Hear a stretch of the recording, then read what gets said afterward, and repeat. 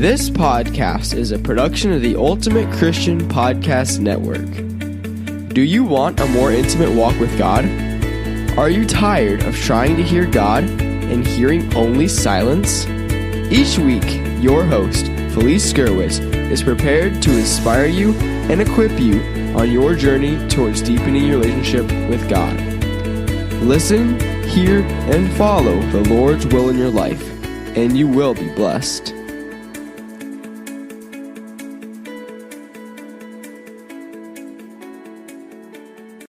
Hey friends, and welcome. Today we're going to talk about homeschooling and the holidays. This is episode 507. You can find today's show notes at vintagehomeschoolmoms.com. Yes, it's that time. Homeschooling in the holidays can be joyous and it can be, stressful. We're going to talk about how you can really hone in on what's important and get down to the nitty-gritty with some of the little secrets that I will share with you that have helped me throughout my holiday planning. And as I've told you in past years, that I host anywhere from 20 to 30 and sometimes even more than that, friends and relatives for the holidays. And it is so wonderful and it's so much fun, but I'm going to say it's a lot of work. And then when you add homeschooling on top of that, it can be insurmountable. But it doesn't have to be like that. And that's what we are going to take care of. And I want to thank our birthday sponsors. We have some wonderful sponsors for the 10th birthday party and a freebie for all of you. For a short time, you can get Homeschool Matters ebook. And this book is for veteran homeschoolers as well as those of you who are starting out. And it's really cool. It has a place to journal to keep your ideas and writing prompts. And it was written by Gina Steffi, who is more than just an assistant. She is amazing and has done an amazing job with that as well. I also want to give a big shout out and thank you to the following 10-year birthday sponsors. We couldn't do it without you. The first up is CTC Math. They invite you to join over 200,000 students now confident in math because finally they can do it. You can visit ctcmath.com for more information. And visit Night Zookeeper. It's on a mission to making learning fantastically fun and helps kids unlock creativity. Their reading and writing program has helped over 1 million kids 6 to 12.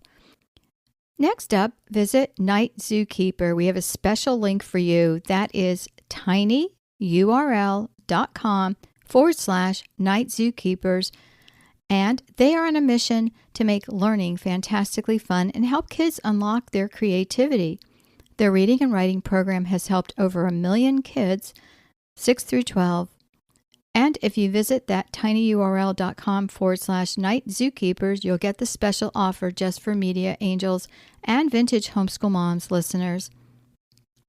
And next up is Math Mammoth. With Math Mammoth's clear explanations and mastery-based curriculum, your students will be set up for success in algebra and in real life. Visit mathmammoth.com. So thanks so much to all of our 10-year sponsors, and there are even more. You can visit the show notes for this episode of Vintage Homeschool Mom, Homeschooling in the Holidays, episode 507, as well as some helpful links for past episodes that will help you with your homeschool journey, especially through the holidays. Well, here we go. The most wonderful time of the year, right? So what do you do to balance out your homeschooling and your holiday traditions and the parties and all the stuff you want to do? Well, the first thing I'm going to ask is for you to make your to-do list. Mine looks something like this. The first is pray, because I need to pray to figure out what it is I really need to do, and I need prayers for peace, because technically I am going to start stressing the minute the calendar turns to the 1st of November. So prayer is really important for me, and that's how I begin. And as I'm recording this, I'm 3 weeks away from Thanksgiving, and I haven't even done any prep, and I have about 30 or so people coming. So I am going to really need that peace that surpasses all understanding. The second thing I would do is look at my homeschooling schedule. What can I cut out? Or what can I cut back on as far as lessons go? I have several podcasts that can help, and that's what I did when I was homeschooling. So, for those of us whose journey is over and we look back, believe me, we can see all the could have, should have, would haves. But what I'm going to say is that my kids all strive to be home, even the adults who live out of state, during the holidays because of all the memories. And if that's all you do during the holidays, then praise God for that. Because the best advice I can give you is to plan for the holidays when you start your new school year. And if you haven't done that, don't worry about it. Every year during the holidays, I used to want to do a unit on the composers. And that was my big goal. And a lot of times we got started and just didn't get finished, or we would just be listening to the classical music. And I was relying on things that I learned when I was in school or that I read in the curriculum I wanted to use. And I'm going to tell you, it was disjointed at best, but it was something that I really wanted to do. So, we made it work, not always exactly how we planned it, but again, we're building those memories. And then look at your household schedule. What can you do to make meals simpler yet nutritious without resorting to box meals or eating out? And that will free up some time. And I've talked to you many times about bulk cooking. For example, if I'm making baked ziti or lasagna, I will make 3 or 4 that I can just stick in the freezer. Some things you just can't. If you're baking a chicken, you've got to take that chicken out and prep it and put it in the oven. But for some of the things that you can do, you can make extras. And then I always plan on having at least one meal that is leftovers during the week and grilling at least 1 or 2 times. But I do live in Florida, so it's easier for us. So look at your calendar and then plan some updating of your calendar. Are there some events that came up? Is there something that came up that you had to add to your schedule? Is there something that you forgot? And then there's the add-ons that I love, and that is the crafts, the parties, the baking, and the activities. Now, how are you going to fit that in? So, other than just taking time off to be able to do all those fun activities, how can you still manage school in the morning and then eking out some time in the afternoon? I know there's, sports going on and there's lessons for music and all kinds of things. And so you have to figure out where you can fit in these extra things. Then I also looked at ways that I could do dual activities. It's like homeschool multitasking. These are the best. They are learning, but doing something fun. For example, when we did the composers unit, or when you're doing crafts and then the kids are doing crafts and maybe you're showing them or giving an example of how to do something, and then you read to them, a book that you've been meaning to get to, or even reading from your science manual or your history lessons, and then stopping the kids at time to time and then asking them about it. For crafts, I love to decorate my home with fall leaves, and living in the South, we don't get the seasons. So I bring the indoors in around September, and praise God, this year, my husband and I took a trip up to Georgia. We went to the mountains, and my 2 oldest granddaughters came with us, and we just had a really enjoyable time for 3 or 4 days, and I just really loved seeing those leaves. It was perfect timing. And so for those of you who have a season, please enjoy it for me, okay? When you're looking at those leaves or looking at the snow falling, you think in your mind, I wish Felice could see this. So post some pictures on our Facebook page. So we have a podcast family page. If you don't know about that, you can find it in the show notes. And then, while you're decorating, you can enlist the kids' help. And when the kids were, for example, cutting things out or, doing some fine hand motor coordination, which is really a good skill. A lot of kids don't like to cut because their hand muscles are not strong. And that's why they don't like to write, because their hands get tired because they're just using their thumbs all the time, right? On devices. But, if you can get them to do these things, especially when they're younger, even older, it is important. And then you can do, like I said, some other activities with them in the background. I mean, you can even throw out some math facts. My poor kids went through all kinds of things with me. They said, Mom, you can make, any kind of fun activity into school. And I really did. But, you can use the bright paper chains and simple crafts, that the kids can do while you're reading a book or going over some literature lesson or math facts, whatever that is.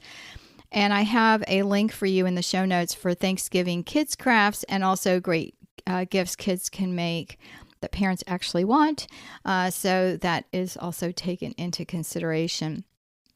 Learning games is another way to allow kids to play while teaching them skills. And I did this when the kids were older as well. They loved educational games, and this was something that I would budget for. Some of them are really expensive. So I remember we had a world geography one. We had a states game. We had, literature games. We had card games that taught composers for music composers and great literary works. And so, the kids memorize these things just playing the games. And this is something that they can do. And so, once a year, I would add one more game to our home library. And then baking is an excellent skill while teaching the children science, chemical reactions and math, measuring and safety, hot oven, mixer, food processor, and other tool safety.